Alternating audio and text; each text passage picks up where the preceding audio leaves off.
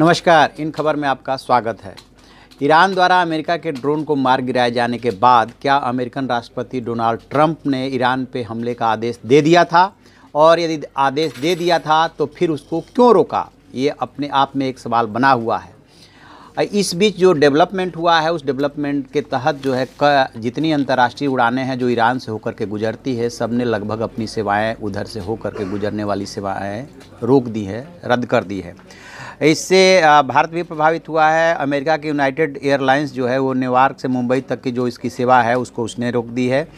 और भी बहुत सारे डेवलपमेंट हुए हैं। सूर्योदय से पहले, यानी कि आज फ्राइडे को सूर्योदय से पहले ये हमला हो जाना था। उन्होंने अपने अधिकारियों के साथ ट्रंप ने मीटिंग की थी और मीटिंग करने के बाद ये आदेश दे दिया था। बताते हैं कि बस कुछ मिनटों की देरी थी जहाँ पे कि उसके कुछ ठिकानों पे, ईरान के कुछ ठिकानों पे हमले होने थे मिसाइल से, लेकिन तभी तत्काल मैसेज आया और उसे रोक दिया गया।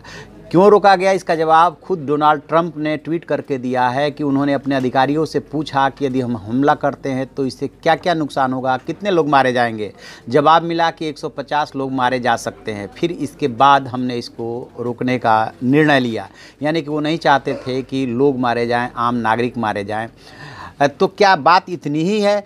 क्या डोनाल्ड ट्रंप ने ओमान के जरिए ईरान को संदेश भेजा था बातचीत के लिए? क्या वहाँ के राष्ट्रपति ने इस बातचीत के न्योते को ठुकरा दिया था, या जो खुमैनी हैं उनसे बातचीत के बाद कोई डिसीजन लेने के लिए कहा था? कुछ इस तरह से बात आ रही है कि डोनाल्ड ट्रंप ने इस तरह का प्रस्ताव भेजा था, लेकिन ईरान फिलहाल उस पर सहमत नहीं हुआ। क्योंकि डोनाल्ड ट्रंप के बारे में जितनी जानकारी सबको है, पूरी दुनिया को है कि वो अनप्रिडिक्टेबल है, वो अपने हिसाब से डिसीजन लेते हैं। कई बार ऐसा लगता है कि जैसे कि वो बहुत ज़्यादा आगे बढ़ गए और कई बार पीछे भी हो जाते हैं। ईरान द्वारा जो ड्रोन को मार गिराया गया था उसके तत्काल बाद उन्होंने कहा था कि ईरान ने बहुत बड़ी गलती कर दी है।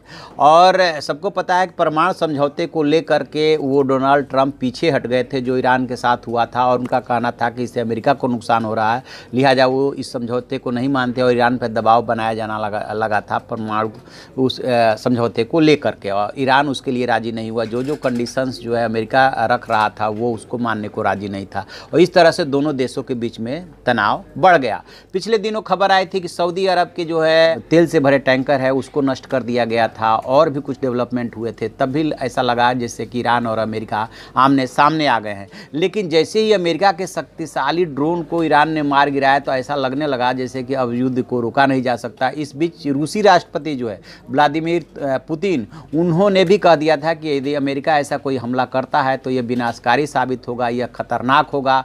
उससे थोड़ी सी इस बात की भी आशंका बढ़ गई कि कहा यह जा रहा है कि अमेरिका और ईरान में युद्ध होता है तो ये पहले की स्थितियों से एकदम अलग होगा और परमाणु हमले भी हो सकते हैं।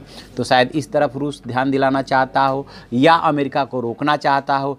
क्या जितना ट्रंप ने ट्वीट किया है सिर्फ उतनी ही सी बात है कि 150 लोगों के मारे जाने के डर की वजह से अमेरिका ने रोक दिया, या लॉजिस्टिक उसको उस तरह से सपोर्ट या स्ट्रेटजी का ये पार्ट है, या बाद में वो हमला करेगा? कुछ इस तरह की उसे सूचनाएं मिली थी कि अभी हमला करना ठीक नहीं होगा। ये बहुत सारी बातें हैं। बहरहाल इस बीच में जो ट्रंप ने जानकारी दी है ट्वीट करके, वो इतनी ही जानकारी दी है कि ऐसे ऐसे उनके जब अधिकारियों ने बताया कि इससे जान माल का इतना खतरा हो सकता है तो फिर उन्होंने इसे रोकने का डिसीजन लिया। आपको याद होगा कि सीरिया में जब समस्या चल रही थी तो 2017 में भी और 2018 में भी अमेरिका ने वहाँ पे हमला किया था, जिसको लेकर के अमेरिका और रूस में तलवारें खींच गई थी। रूस ने इसका विरोध किया था और बहुत सारे डेवलपमेंट हुए थे जो मध्य पूर्व के देश हैं उसको लेकर के, जिसमें कि रूस भी हस्तक्षेप करता है। लेकिन ईरान के मामले में और उत्तरी कोरिया के मामले, दो ऐसे अभी हाल के मामले आए हैं जिनमें कि ट्रंप जो है आगे बढ़ कर के पीछे हटे हैं। तो अभी अपनी तरफ से उन्होंने क्लेरिफिकेशन कर दिया है कि ये वजह है, लेकिन इसके पीछे बहुत सारी अभी वजह हैं जो जाननी है। और ये जो रिपोर्ट हुई है, ये जो उनका ट्वीट आया उसके बाद न्यूयॉर्क टाइम्स ने भी इसी आशय की एक रिपोर्ट छापी है जिसमें ये सारी बातें बताई गई है। देखने वाली बात है कि अब आगे क्या निकल करके आता है। जो भी इसमें अपडेट मिलता है हम आपको अपडेट कराएंगे। आप देखते रहिए हमारा डिजिटल चैनल इन खबर। इन खबर चैनल को सब्सक्राइब करें और बेल आइकन दबाना ना भूलें।